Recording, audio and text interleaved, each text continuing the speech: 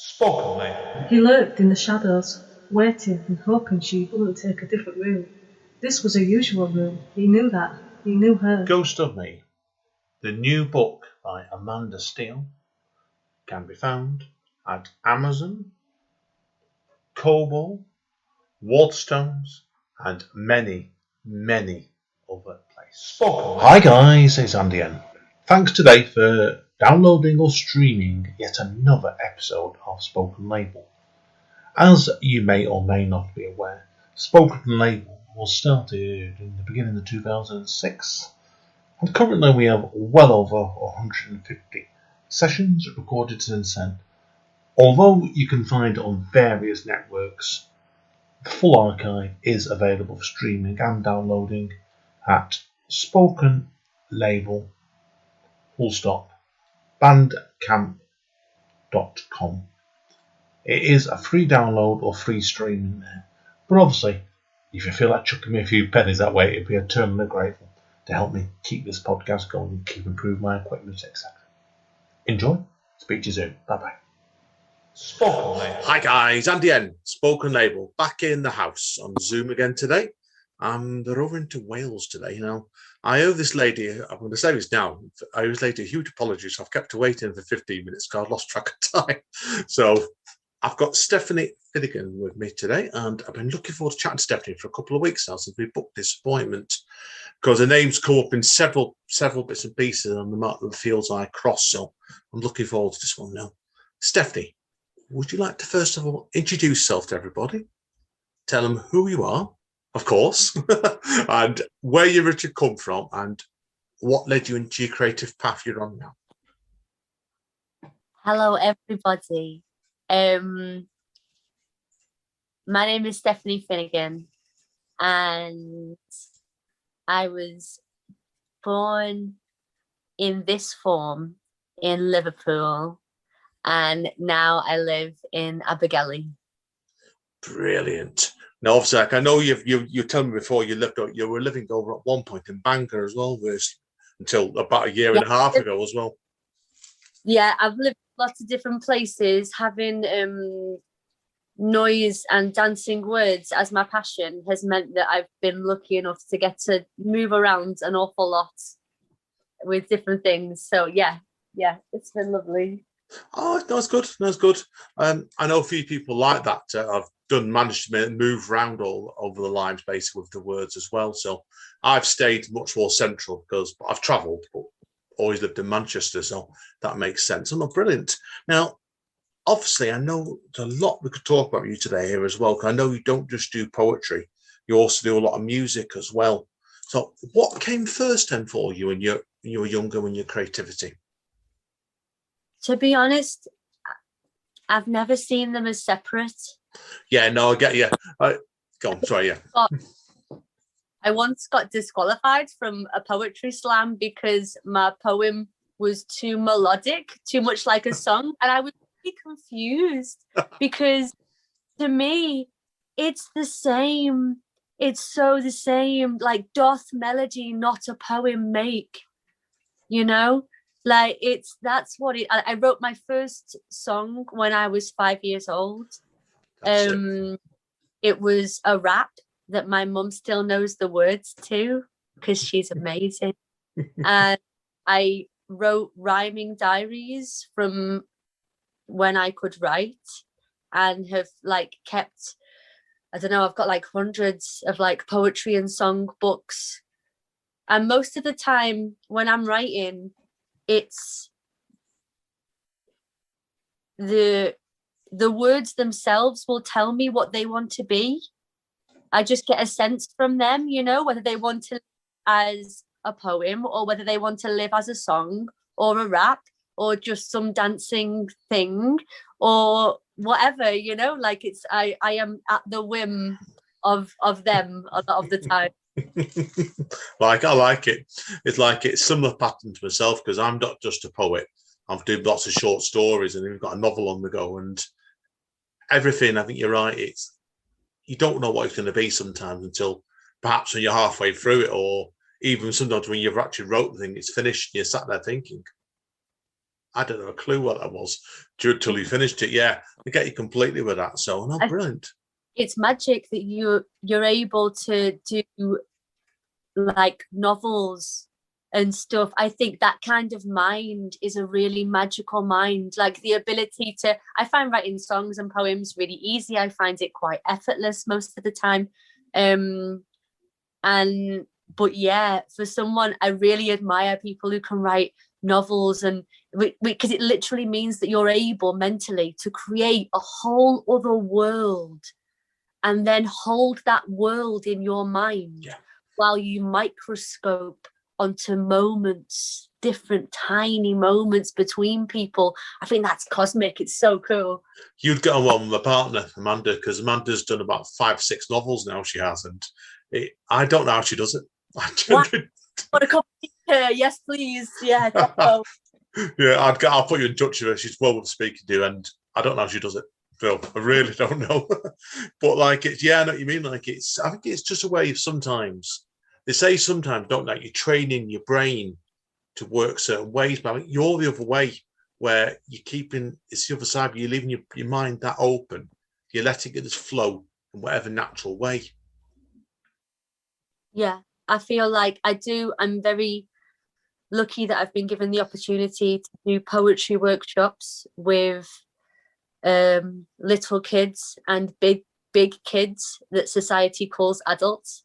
And very often that's the game that I play, like with people, is to say that for me, the writing game is a game, and it's a game like any truly deep, enjoyable experience in life.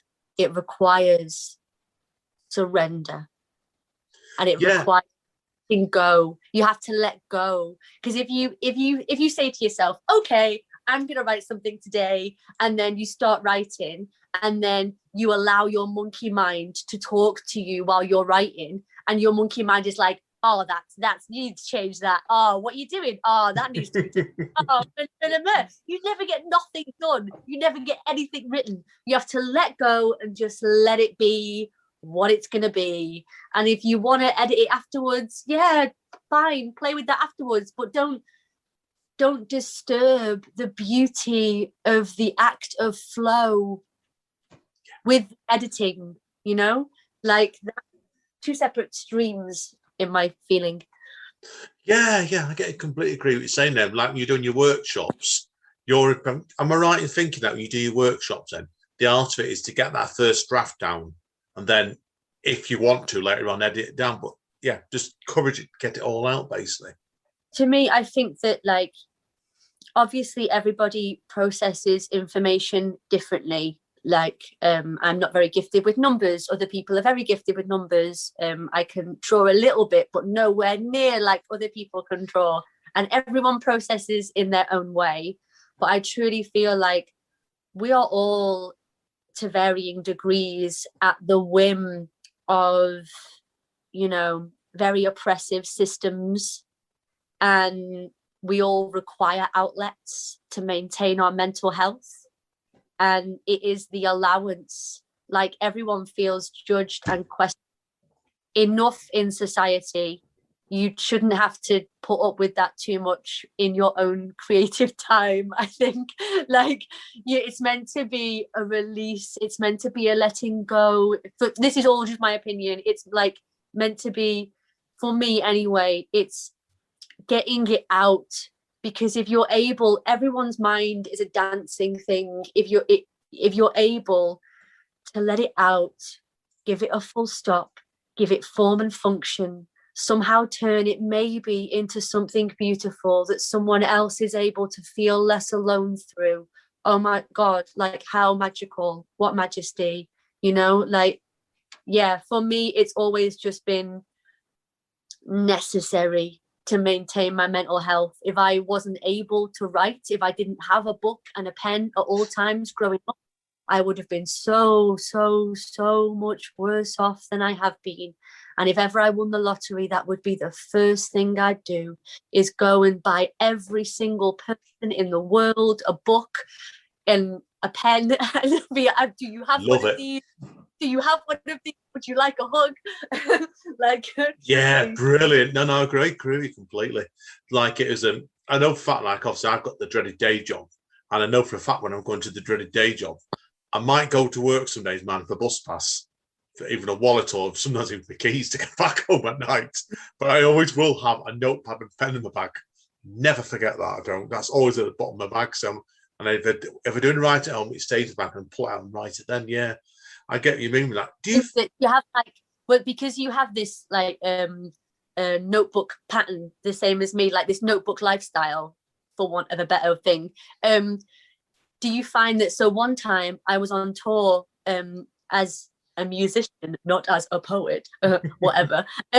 And so I was on tour in Europe playing solo in Italy, and one year, and I lost my notebook.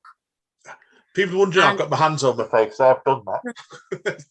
It's a heartbreaking moment for any writer, but then a few years later, which was kind of unheard of, like the booking agency I was working with was always wanting to widen their scope, so it was very rare to play the same venue twice, you know.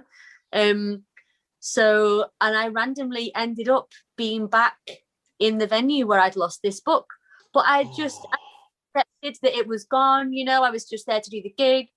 Was in the middle of the gig, middle of the set, and the guy who ran the bar just stopped the set and walked out. He didn't really speak much English, but his vibes were greater than language, as they always are, and walked out with my songbook wrapped up and just gave it to me with a big smile. And I read that book on at the train station, and it felt like, I don't know if you have this, reading back over old work. I think because, I mean, obviously, like, fundamentally we change completely as people every 7 years. I think less sometimes as well, yeah. You feel that, like, even just in like lockdown, you know, I think we're all very different people now than we were before. And to read, it felt like reading someone else's book. Yeah, I get that myself, because I'll tell you my story now. I'm not nobody's talked to everyone to an interview. Yours is a different case here.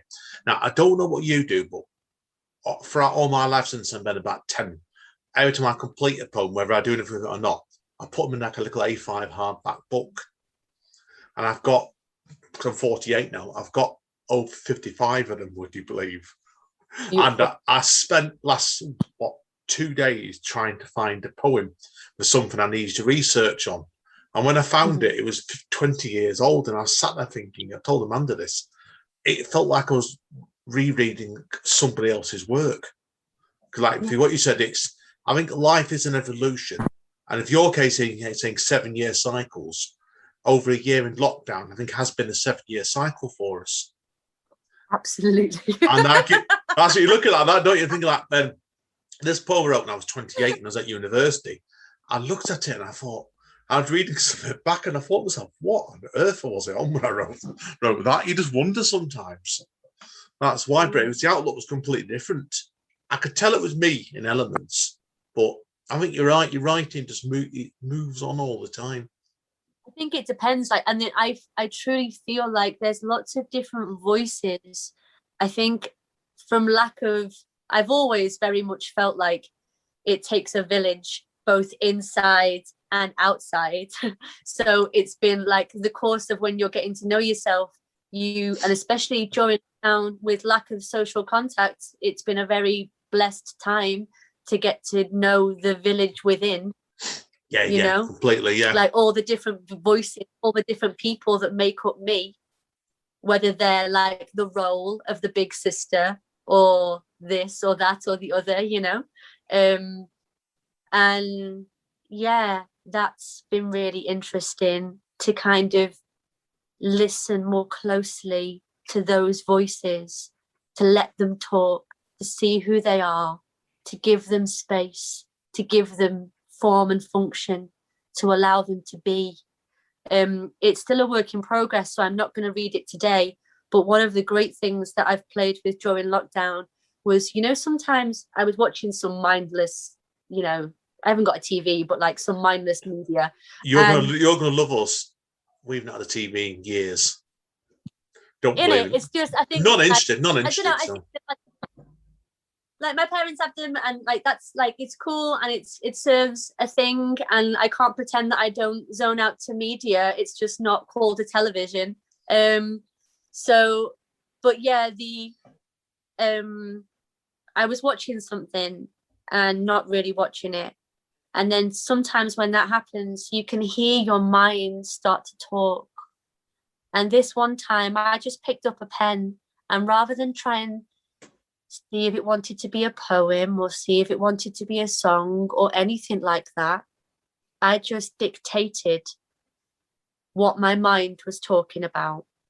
And as I dictated what my mind was talking about, different voices started to present themselves to me. They started to have conversations with each other. They started to interact with each other, these different voices, these different sensations of self. And that has become this big poem that I kind of feel like is maybe more of a play than a poem. I don't know what it is. So I'm not going to read that today, but that's very much something that's like in the forefront of where I'm up to at the moment, is exploring more of that. I feel like we have so many elements of ourselves that because of our upbringing or because of society or because of the roles we're expected to play now, there's parts of ourselves that get told they are bad and wrong and not allowed and not acceptable and not good enough. And those voices, if not allowed outlet, if not allowed love, if not allowed a place to talk, they will only hurt you. Like a dog without a door, it will attack you in the end, you know? Yeah, completely. Definitely. No, I completely agree with you. Like, I think if you're looking at the way your brain thinks at the minute, it's like, back to Priest, what you said there, completely, we don't know what the next year is going to be like for us again. I think if we look at your cycle of 7 years into 1 year, this year is going to be another year of change, because obviously things won't go back to the way they were. And then, like, you've been nurturing other emotions and other feelings, I think, in the next year as well. I think the forced introspection of this time has hopefully sped up our individual evolution, which hopefully, when we're allowed to be a more physically proactive society, will speed up our collective evolution. Yeah. Has been stagnant for a long time. We've been stuck in Victorian concepts of what education, self, medicine, race, sexuality, everything. We've been stuck in Victorian ideas of what those things are for too long. So agree straight to him. Of time, hopefully that will be a igniter to make things. I think you're dead right, because you look at the way society's gone, it's pushed society along probably 10 or 20 years in a year. And it'll take probably another 2 years to get, reasonable, some kind of normality. And by the end of that, who knows where we're going to be. No, I agree with you completely with that one straight away. So I want to ask you then, obviously, you've obviously been telling me about you've done some touring and playing abroad and stuff. What was your experiences like playing abroad? Because I've done some, but I think you've done more than me by the sound of things.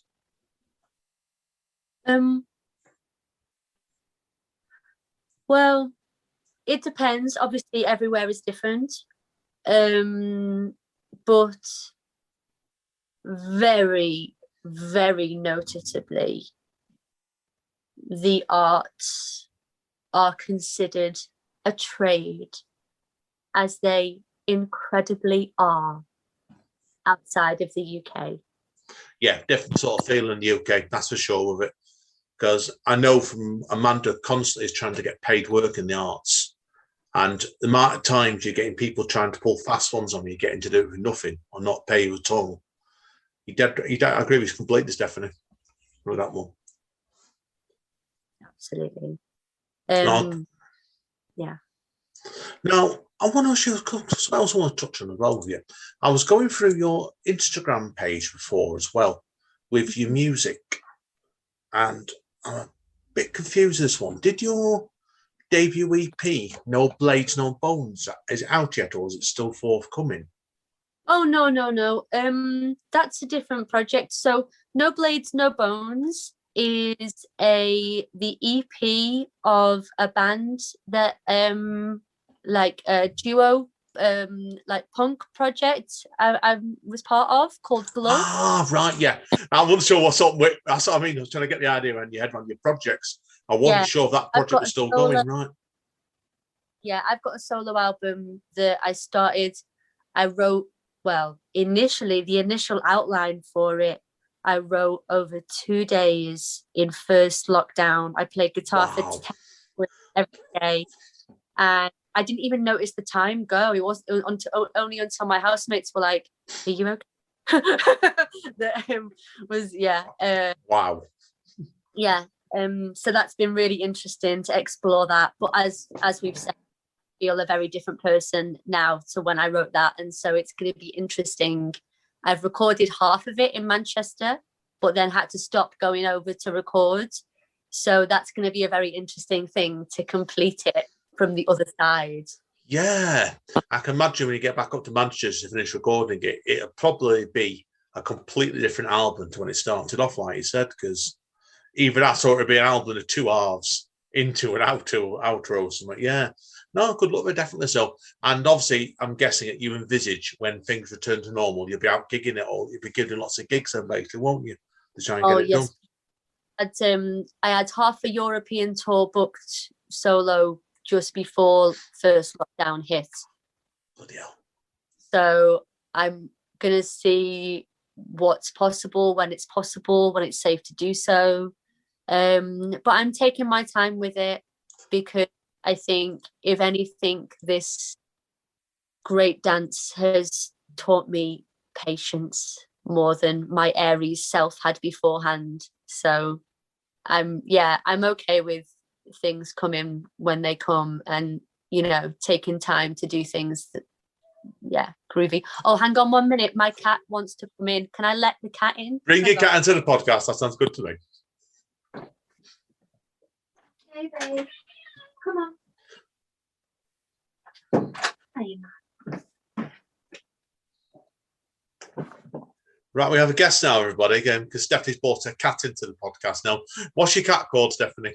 He's not just mine. He belongs to my mate. He's called Jasper, and he is longer than a yard. He is massive. He's a big boy.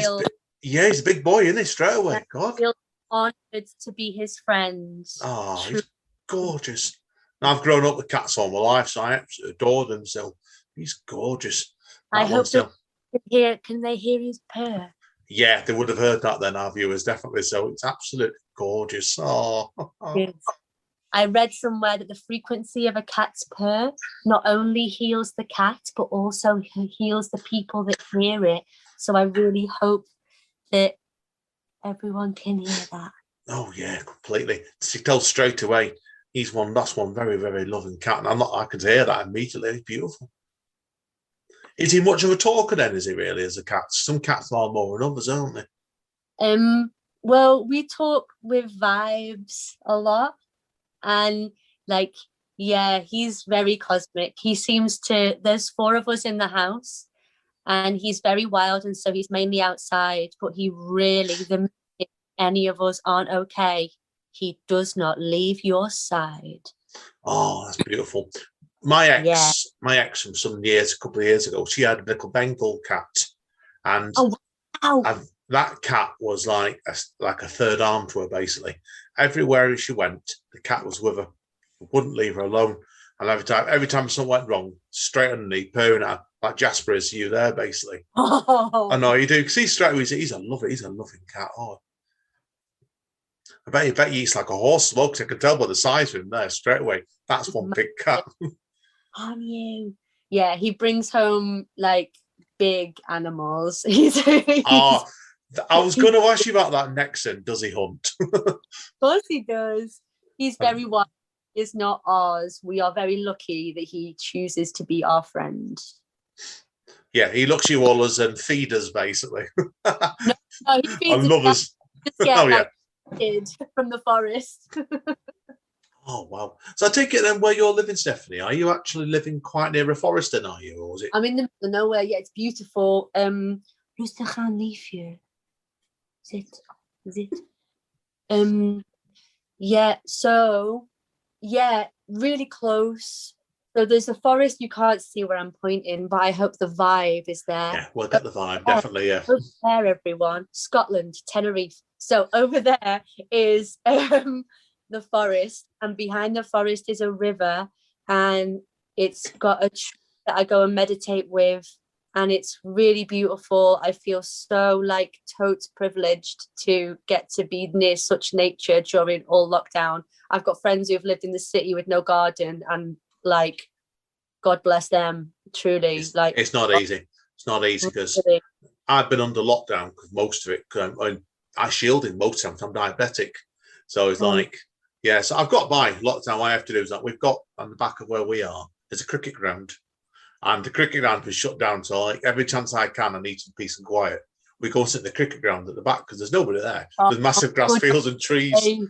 Not good as what you've got, that's for sure with it. But have you found then over time, and obviously I know you would have lived in the city, then everywhere you've travelled to, you've lived at, has each part of the place you lived at reflected yourself in your writing and you change as a person, do you think?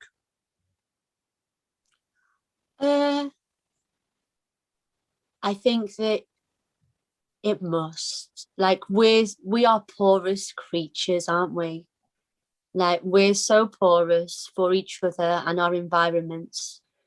I don't know, like we've said about how much that you change as a person as you grow up, as you go on. I won't say grow up because I don't really believe in that. Nah. Yeah, but definitely, like, as you go on, I really think that, yeah, we take it all on, don't we? You know, everyone has the pip of themselves, I guess, or maybe even that's an illusion. I don't know, but very much we're deeply, deeply inspired and affected by our different environments and relationships, for certain. Yeah, I think, well, like I said, back to what I said before, this when we eventually got a lockdown, then your case, if you're doing a lot of traveling, wherever you end up next in your next couple of years, everything will be reflected again and again and again. So yeah, get you completely right. Brilliant. Okay, now I think that's pretty well covered on what I'll talk to you about today. So Stephanie, if people want to find out more about you, where are they best going? Okay, if you would like to be honest with you, I try and force myself to do social media. So if you go onto Instagram, if you go inside the internet and you go inside Instagram and you type in @solution you are, as in you are the solution, but solution you are, then that's where I live in Instagram. My website is stephaniefinegan.com. And if you would like to, some of the poems that I'm going to be reading today are from 2 little poetry pamphlets that have been made over time. You can order those either if you message me on Instagram, or they're for sale inside the shop in my website. Brilliant. Yeah, I've been looking at them before, so that's great idea. Brilliant. Okay then. Now what we'll then do is we'll take a quick break and let you get yourself composed, and then we're back in 2 minutes, everybody. And I'll ask Stephanie a couple of quick questions about her poetry pamphlets because my internet froze on me for a few minutes then. And I couldn't get into the shop page myself, so we'll ask you about them, and then we'll let you do some poems for us. Is that okay? Mm-hmm. Brilliant. Thank you, everybody. Stay around. See you in a minute. Spoken Mate. Hi guys. Okay. Straight back to me and Stephanie now. I've got to ask her before we start, because I think I've had a couple of issues with me on website for a few minutes then I was. Now, I'm looking at a shop at the moment. Now, there's some excellent stuff in here, but straight away with it. So, now what's the title of your little books then, if people are interested in, Stephanie, just so people know? One of them is called Escape.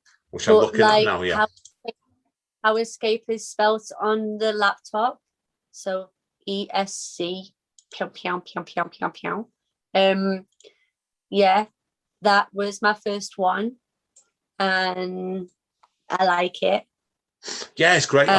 Looking at the cover there, right? Because you can. What I like what your work is, and this I want to talk to you about this today was you've got that sort of punk ethos about you, where everything's like you can tell it's done from the heart.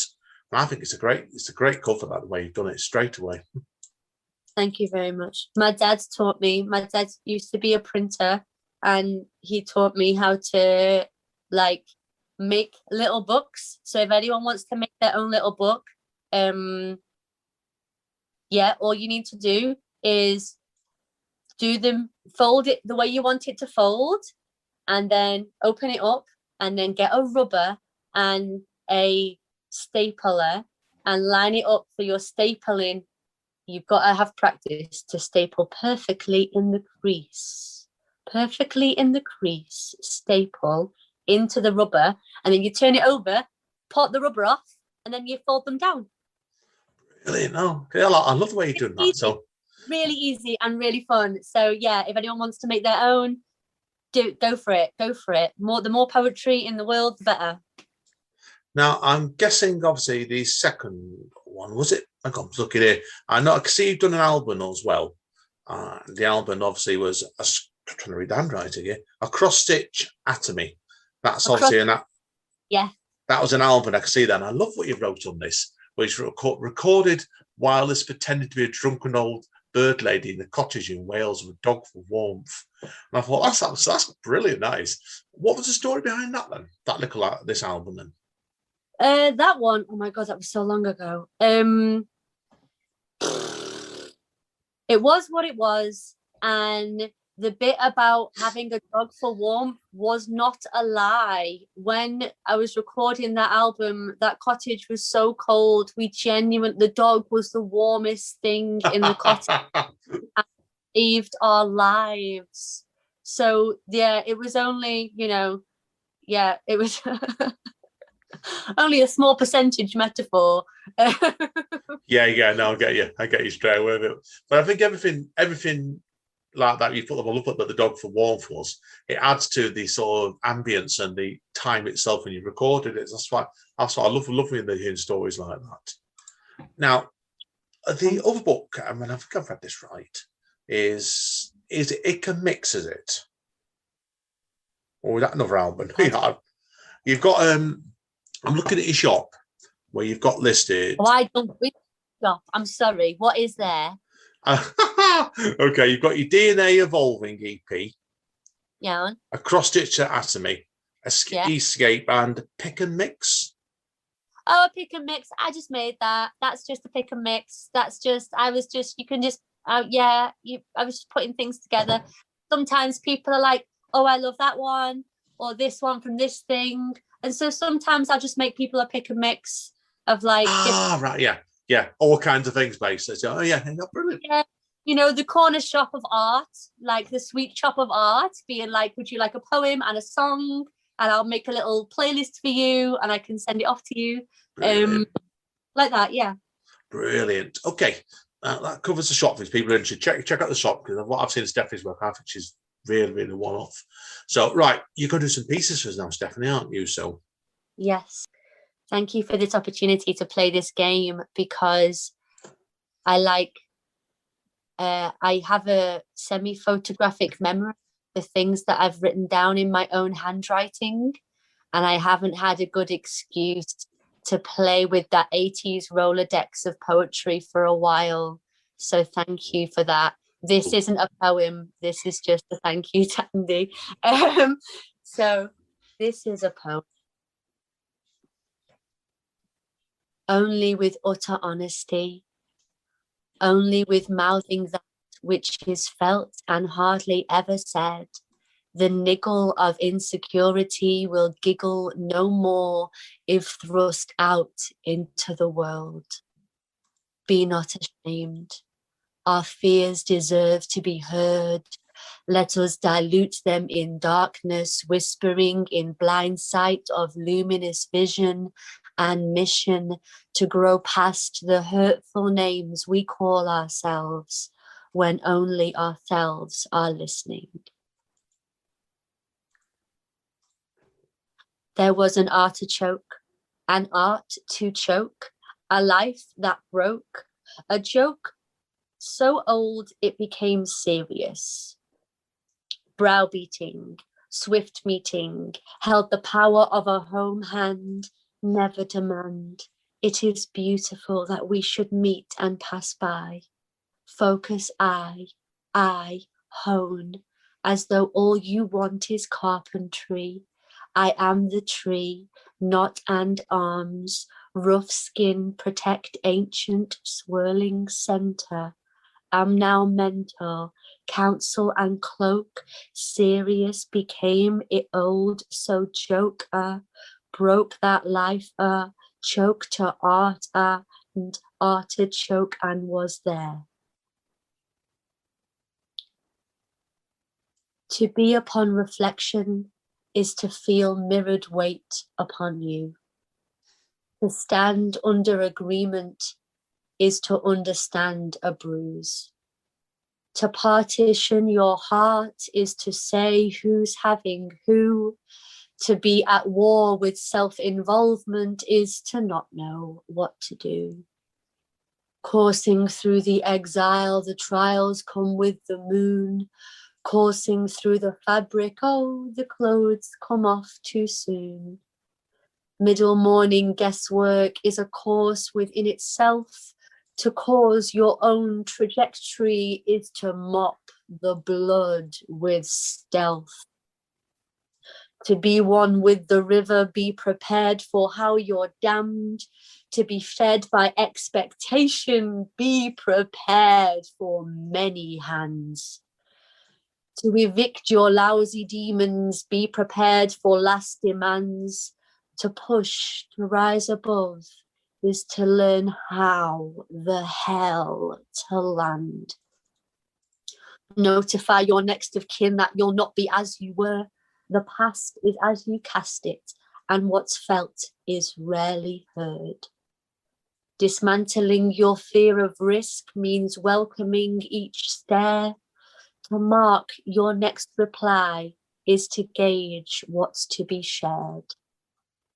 Every curse would be a happy one if we practiced what we've learned. This next one decided that it wanted to live in the Queen's voice. So this is my best attempt at the Queen's voice.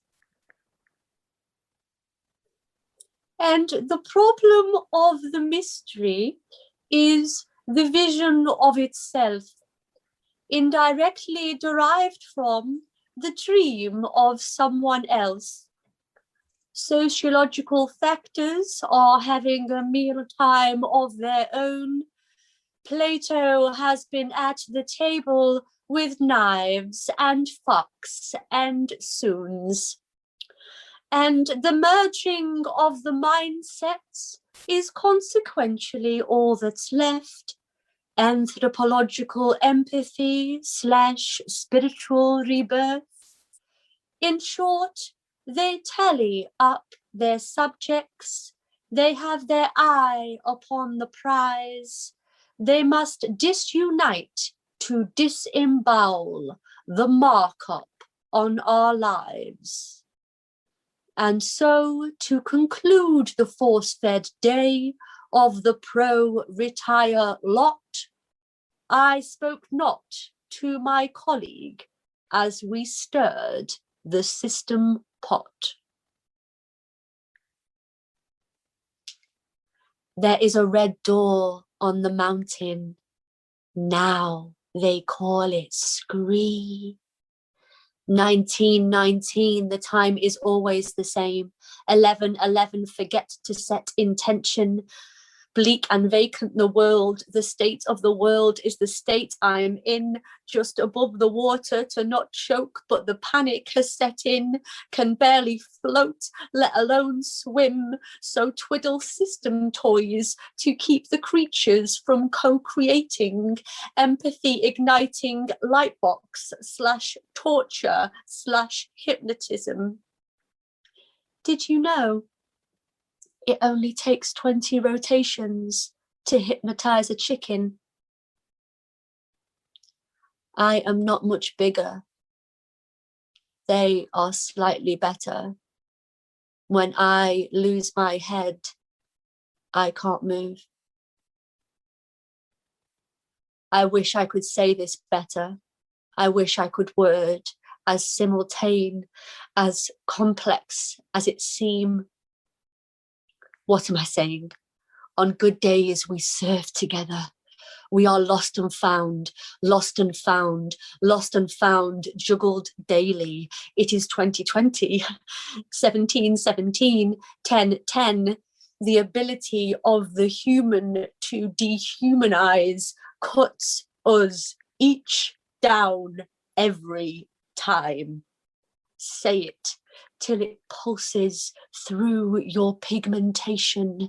Say it till our shame and awareness grow to address the corruption of our own socialization.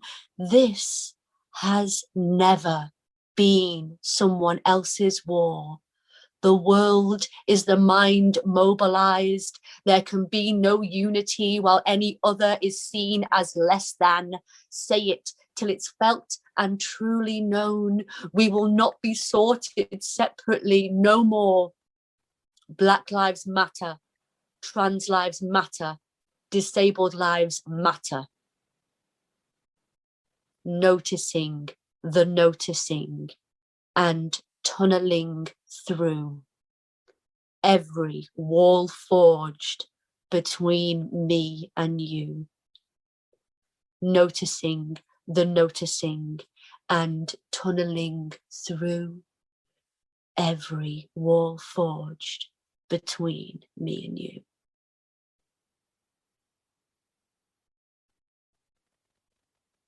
Far and away, my only. No, no, you are bowing to old notions, and that does not serve you now.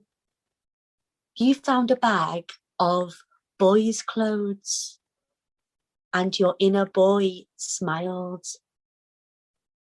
We, that is the us in me, have worn them all week. Adult, proud, child, healing. You called me tomboy, and my clothes were never appropriate or right or polite for mass or family gatherings, but I am family. I am God. And I look like this. And I love like this. And it confines me in no way that you ever get to choose. We are feeling more connected. We are feeling more of all ourselves. Ourselves dance at this party of inclusion. I cook up cosmic fusion in the form we call myself. All the spice that was said wasn't wanted, I now take down from the shelf and mix until old anger boils and bubbles over top. The potion of all my magic together is now what gets me hot.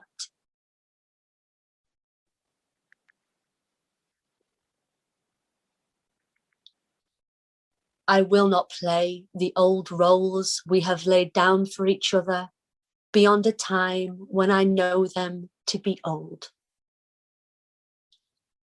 I will try to strive beyond blame and shame, both inward and outward, for all of our many transgressions.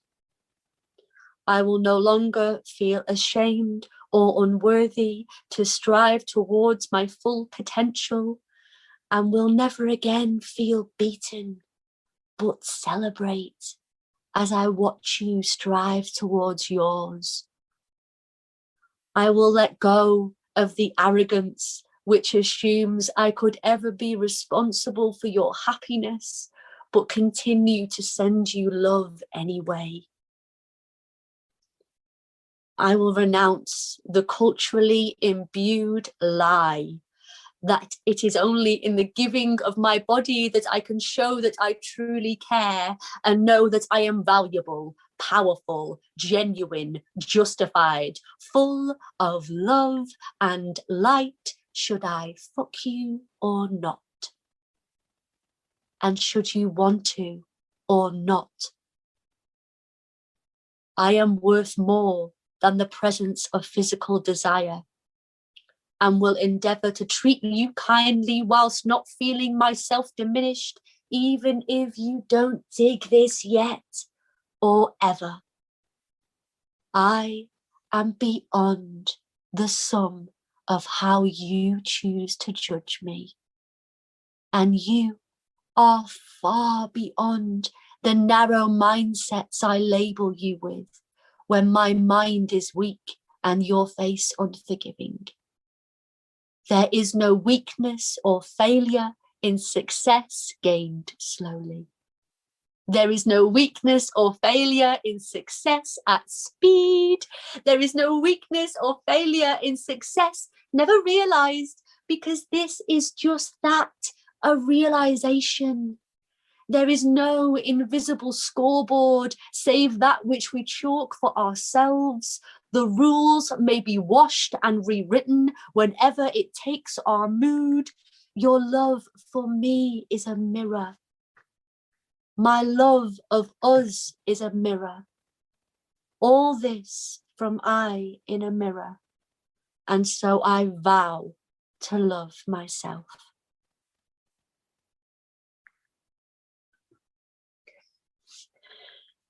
This river is a torment. I'm dormant. The roof lets in the monsoon and the monkeys hoot their calling. The sky makes tree a silhouette and now I'm soaked through, pouring. Greet all parts are sublime. I can't tell if you are done with me. I never want to hurt you. The unsure makes me cautious, galling. If this tree was exile, I'd be homestead calling. Nature sounds so different here. Bleeps trill so conversational. Indoor lights, techno flowers in the wire-wound orchard. Here there are portions of savoury and sweet, inverted and released, such subtle courtship, inviting mouth to travel south with you and swim. I am warm, it begins, and how it never has an ending, as the branches bends to breeze like caresses on an air-made arm. I see now, truth is lawless. Of course, we help each other.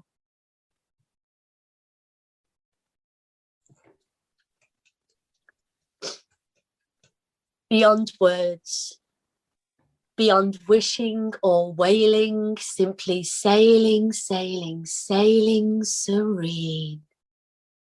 If you don't want to meet me, then I am that bit more free. So I notice when my teeth grit and rest, lubricate meat muscle with a love that can stretch. I notice when my teeth grit and rest, lubricate meat muscle with a love that can stretch. Murder, she wrote, the crows gather and float the thermals while we wear them. To be in nature is my favorite coat. Let's go for a walk again. We be the organism whose primary function is the finding of foundations and constant creation of ideas. To facilitate these into a concrete correlation of a better way to breathe will give momentum to your dreams. As such, the caged head will be fed by the smell of solution. The pollution that surrounds you will start slowly to dissipate. Now contagious, The atoms will begin to emulate the sense of this coming rest. Evolution will cease its stagnant pace, and the possibilities shall be boundless.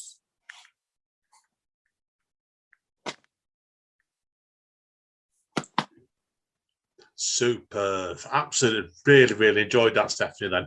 Mesmerising as well. So hopefully anybody's heard that who've sat there thinking like me. Wow. Absolute brilliant. Thank you very much for today. It's been a pleasure. Really has been a pleasure. So hang around. I need to speak to you off mic anyway. Obviously, Okay. although the podcast is finished, I need to talk to you anyway. So, well, thank you for today. I've really enjoyed it. Really enjoyed it. Thank you very much. And to everyone listening, whether you buy my poetry or somebody else's, always, always, always, always, always support the arts. I can't carry that on. So I was going to say, stay safe, guys and girls, and I'll see you all soon. Spoken, mate.